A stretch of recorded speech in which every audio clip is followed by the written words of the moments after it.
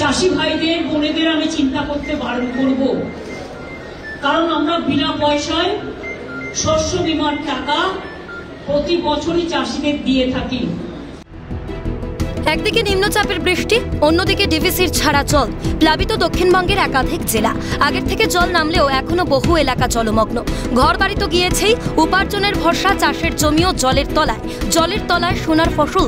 পুজোর মুখে এমন ক্ষতিতে সমস্যায় কৃষকরা। এই অবস্থায় কৃষকদের ভরসা রাজ্য সরকারের ফসল বীমা প্রকল্প। বিভিন্ন সভা, প্রশাসনিক বৈঠকে ফলাও করে ফসল বীমা যোজনার কথা বলেন মুখ্যমন্ত্রী মমতা বন্দ্যোপাধ্যায়। কৃষকদের আশ্বস্ত করে সোমবার ফসল বীমার কথা শোনা গিয়েছে তার মুখে।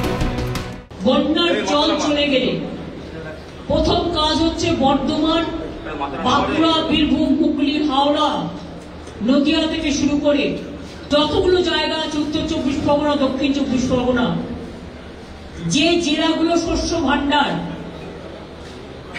যাদের শস্য নষ্ট হয়েছে, যাদের জলে ধানের জমি প্লাবিত হয়েছে, তাদের জমিগুলোকে মেপে তারা যাতে শস্য বীমার টাকা পায়। কিন্তু কৃষকদের অভিজ্ঞতা অন্য।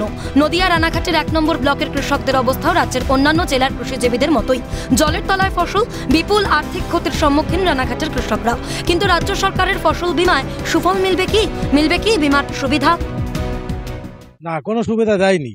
প্রত্যেকবার কি বলে ফর্ম ফিল আপ করাই, ফর্ম ফিল আপ করে কোনো তো চাষি কোনোদিন কোনো টাকা পায়। মানে সবজির চাষ, কপির চাষ, হ্যাঁ, এই যে আলু চাষ করা হয়, লতা দেওয়া হয় যেগুলো, সেগুলো পুজো, এগুলো সবই ক্ষতি, সব ডুবে গেছে।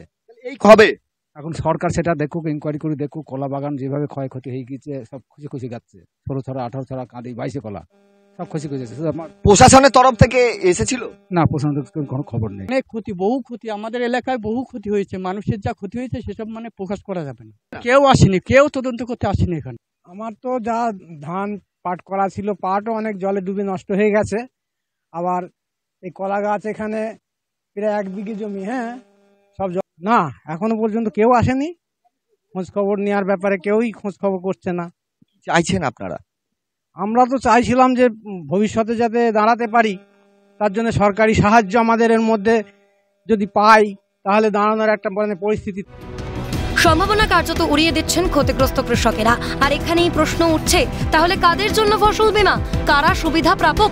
সরকার প্রকৃত ক্ষতিগ্রস্তদের জন্য প্রকল্প নিলেও উদ্ভব হয়েছে কি কোনো মধ্যস্বত্বভোগী? বীমার অর্থে পকেট ভরছে অন্য কারোর? উঠছে প্রশ্ন। প্রসেনজিৎ বিশ্বাসের রিপোর্ট, ক্যালকাটা নিউজ।